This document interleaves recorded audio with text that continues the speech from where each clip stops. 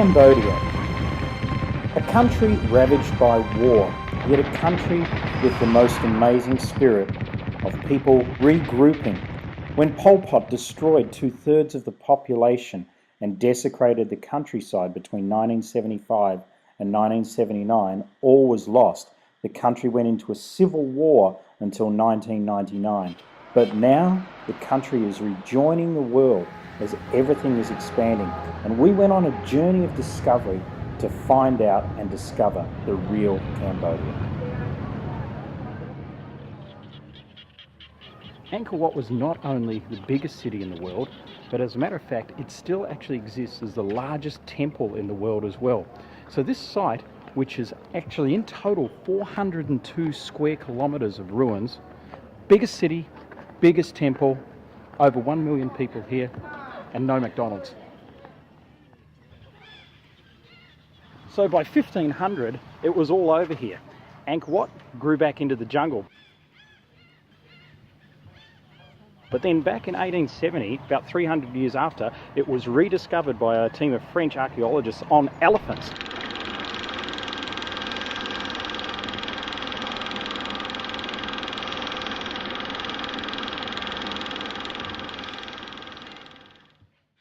So our brave team went to Cambodia to explore Angkor Wat and the amazing frescoes that were done mostly in the 12th century depicting heaven, earth and hell.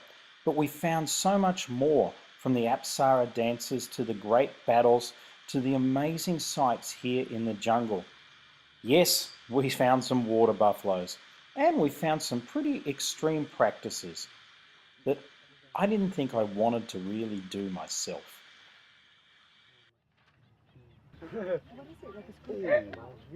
You're very brave. Very brave.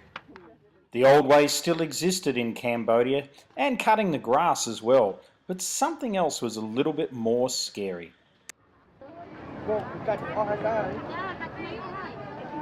You try to not think about it, like how scary it is. On the feet.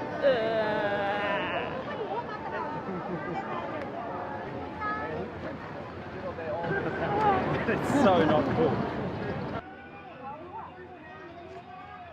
I never know. What's it taste like? Never try, never know. Tastes like chicken. Lemon does too. That's yummy. Well, It's actually that's yummy. I'm not doing this, no way. As they say in Cambodia, never try, never know. I say in my country, who gives a toss?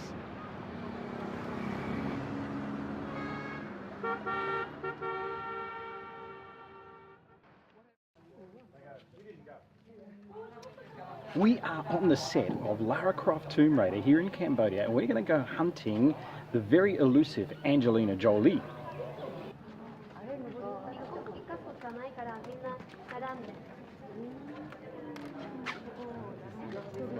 You Angelina Jolie? And a jolly? What Yeah. is a jolly? What is a jolly? Okay, no, it doesn't matter. I'll ask her. Excuse me. Are you Angelina Jolie? No, I'm not. You're not. Okay, all right. Thank you. Just checking. Are you Angelina Jolie? No, I don't think so. Are you Angelina Jolie? The police is here. I've absolutely failed to find Angelina Jolie here. But never mind, because tonight I'm going to see much prettier girls. I'm going to see the Apsara girls, and hopefully they'll be wearing their traditional uniform, which means topless. The Apsara, heavenly dancers. Well, they were heavenly too, and I've seen the Apsara now several times during my journeys to Cambodia. And they're definitely a favourite amongst the tourists, but getting a date with them is another thing. As you'll notice, I slip this one my phone number and have a quick word to her. If she's interested, she'll touch her hair.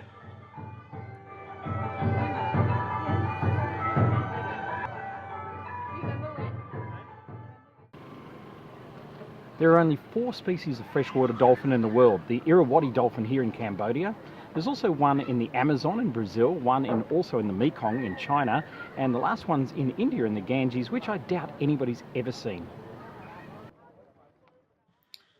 Well, it's a pretty unique boat trip out there. But spotting dolphins even in the Mekong isn't that easy. You've got to look real hard. There's one. No. Dolphins are more elusive than landmines in this country. Yet, after a while, they just were everywhere. Look.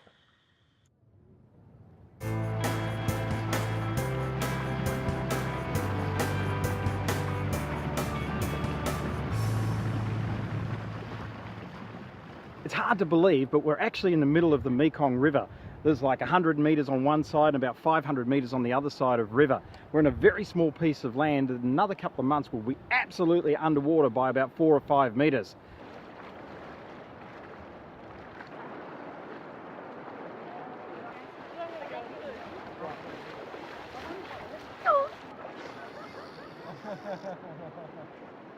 It's almost the end of another awesome day in Cambodia, and this place just keeps getting more and more surprising every day.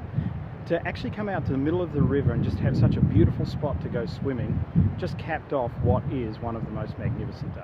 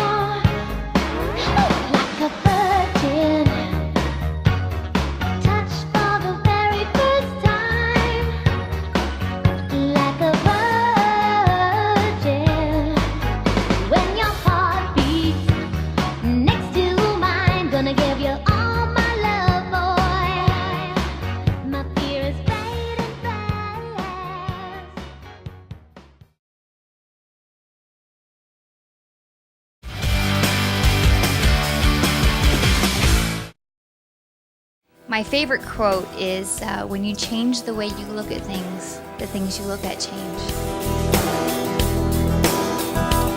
And what'd you think? It was amazing. A lot of the synergies that we have around the travel, and what I really appreciated about the stories and all the people that we're talking about. We're kind of in a place right now in history where synchronicity is the imperative, and once you acknowledge that and step into that and allow those miracles to happen in your life, it's a great perspective on how these people are actually leveraging those experiences.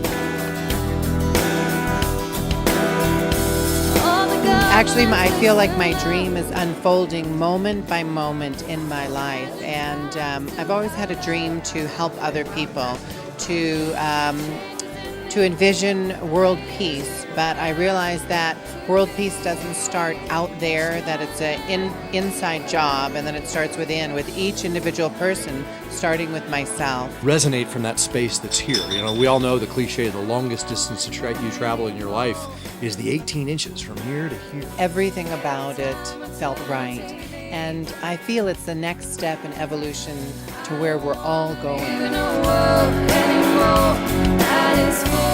I think maybe the best advice I got about that was from my own dad one day, and he said, you know, if you want your child to live a certain way and to be a certain way, then just be your own person, and then that's how they'll learn. And so that's kind of what I do. Basically live by example. Yeah, I go out to live a full life, and that's the best way for him to learn how to live a full life. So basically, be the change that you want to see in the world.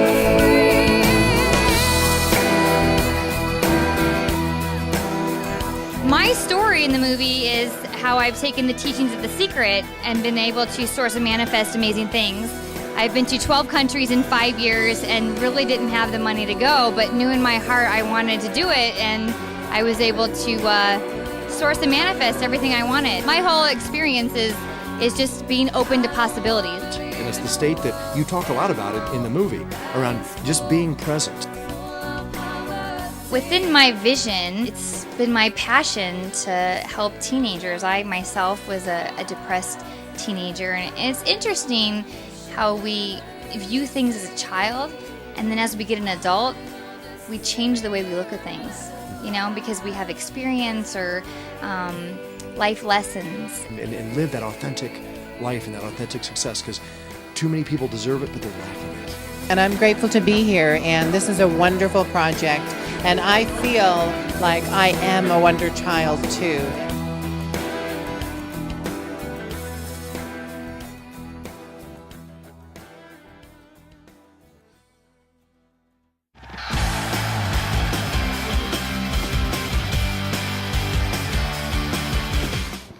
So V, Cambodia or Kampuchea, there's very few people in business here, and you guys just started out a brand new business, Green Elephant Travel. What made you actually want to take the big risk and jump out of well-paid job or a job into doing something for yourself? Actually, we have a lot of travel agency in Cambodia, and most of the agency running by foreigners, by Western people. So we just start up and set up as a team that is a local team and set up this company called Green Elephant Travel. We are the local tour operators in Cambodia, and we try to bring all the tourists, all our clients to get close to people, and we take care of all the benefit in Cambodia and bring more job for local people and use all the local products and local restaurant and everything. So I know when like some nationalities come here, they end up staying in their hotels with their people, go on their tour guides, go to their tours and all that sort of stuff. The thing that makes you guys so different, and like you're the first here, is that everything's local and all the money goes back locally, right? Yes, that's 100% go to local. Cool. So, but you also give back too. You've also got like 20% or something going into charity here, which is, I mean, you guys don't make a lot of money and it's a hard life, so but you're always giving back. Yes, and because our company, we expect that we want to help children in this country, that we have a lot of street children and poor children in the village, so we want to bring all the children get more education and bring more food and more clothes to our children and our people. So for those people watching this, what are 2 or 3 things that they really should know about Cambodia? People should know about Cambodia more, that Khmer people or Cambodian people very open-hearted people and smiling people, even we passed so many wars, and we want all the people know that we Khmer people are very open-hearted.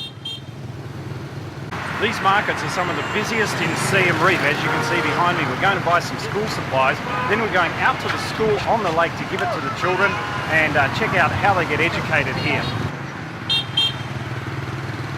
Just for those of you who are wondering how to cross the road, I'm going to give a little demonstration. It's a lot easier than it looks. You've got to love these places. I mean, the smells, the sights, the different people, the different cultures coming together, all the different foods. It's absolutely phenomenal. And the hustle and bustle, I know something about it. It's just magnificent.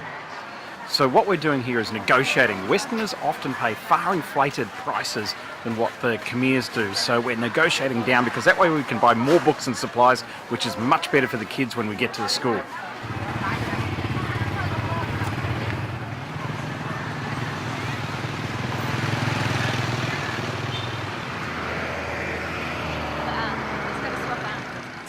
Books, 300 pencils, 300 rubbers, 300 pencil sharpeners, some boxes of pens. We also got 10 balls, 75 packs of felts, 75 packs of colouring and pencils. We also got some stuff that they can play with, and 19 English books. How do you feel? Fantastic! We're actually going to bypass the internationally founded school. We're going to go to the other school, which nobody goes to, and we're going to give all our stuff to them. And take the kids for some ice cream too. That'll be rocking.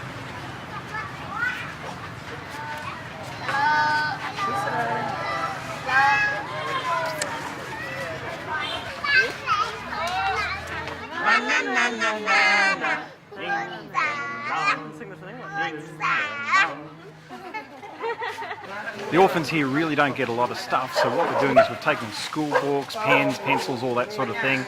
And this is just the first part of the excitement. The second part comes very soon.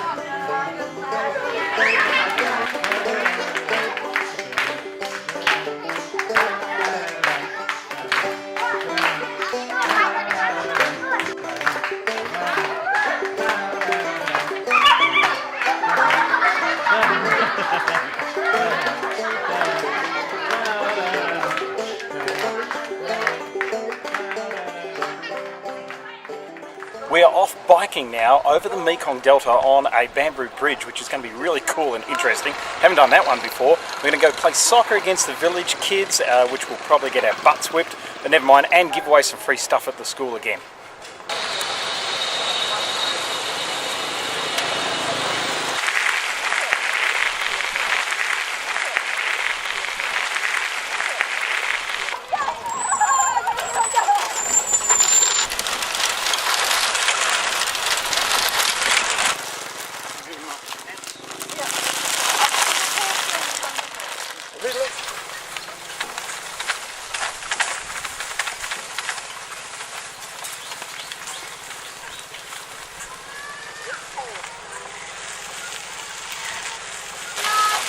Hello.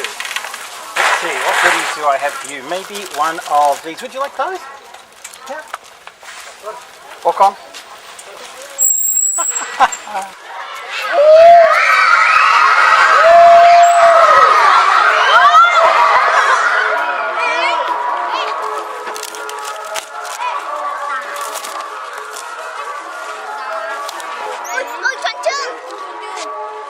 All right, girls.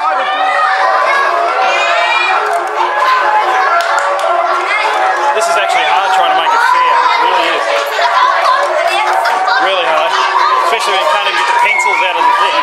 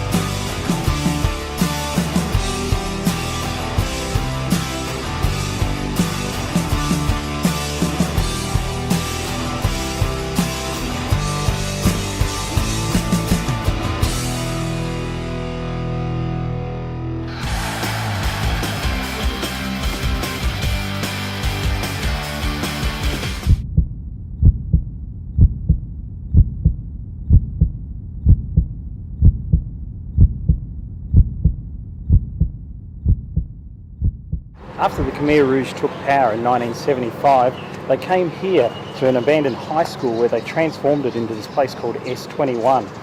And over the next 2 years, they killed 10,500 people here, including not only Khmers, but Australians, New Zealanders, Americans, and many other nations. Most of these people that were killed here were in fact farmers. And what they did is they brought them in here and they tortured them to give up their families and their friends.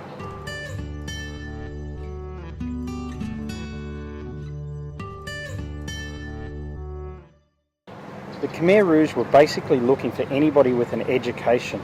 Anybody who was educated, a teacher, a lawyer, policeman, or anything like that, was taken here, tortured, and later killed in the mass graves.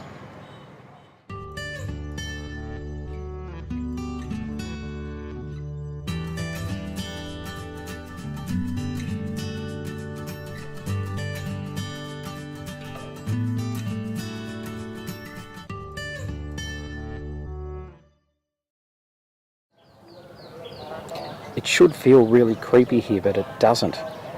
The innocence of the people that were killed here, the 8,500 people, seems to have carried across time and still exists in this killing field today. It's amazingly peaceful.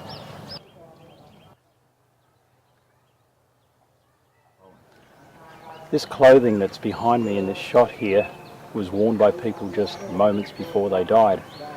And those people, they had hopes, they had dreams, they had aspirations, but because of Pol Pot, it was all taken away in an instant.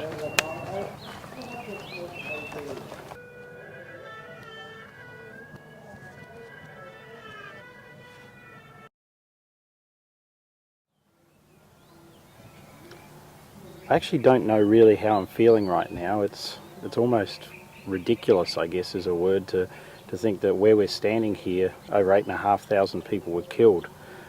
Children were beaten against trees, people were killed with bamboo hammers on their heads, and just everywhere where we're standing there's bits of clothing and bone, leg bone, and other pieces of their bodies really, and I just can't even explain it or put it into words, and I think all of us here are feeling it, but the energy in this place is just phenomenal at the same time. It's just so peaceful.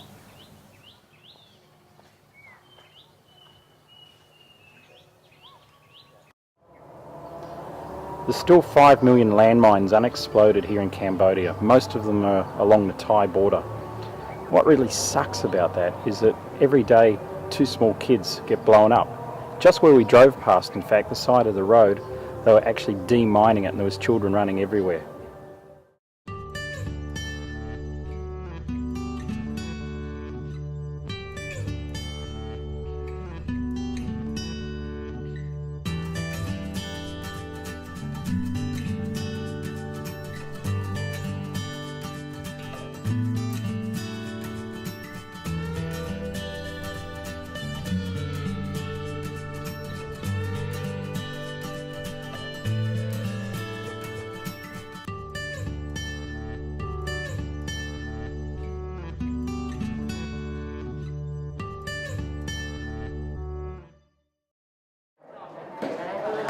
So in Cambodia, 85% of the population has actually got nothing to do. There's like 10% of them are employed in government, and the other 5% are fishermen. So these guys may look like a sweatshop, but they're gainfully employed and they're actually making income. And the work they do is totally awesome.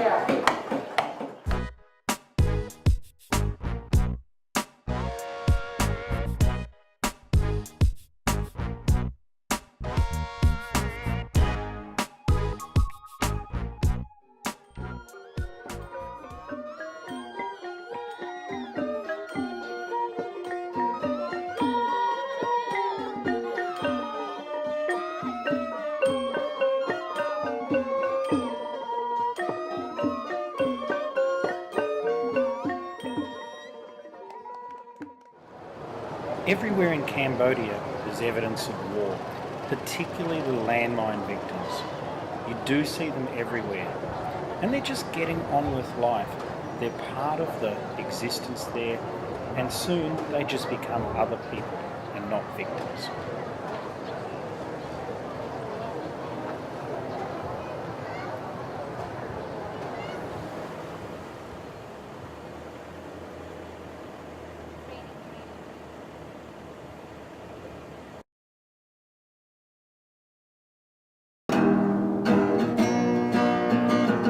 when I look in your eyes. Wow, that's so cool. What do I see?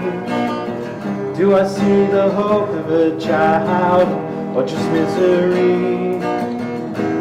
They don't want to know. We come and we go, not noticing all the emptiness, your destiny. We don't want to know. I'm never too scared to cry, never too hard to try. I'm never too weak to fly, never too scared to cry, never too hard to try, never too weak to fly.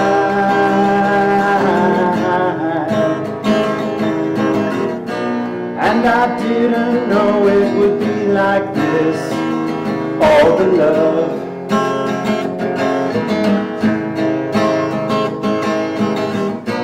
And I didn't know I could feel like this, all the pain.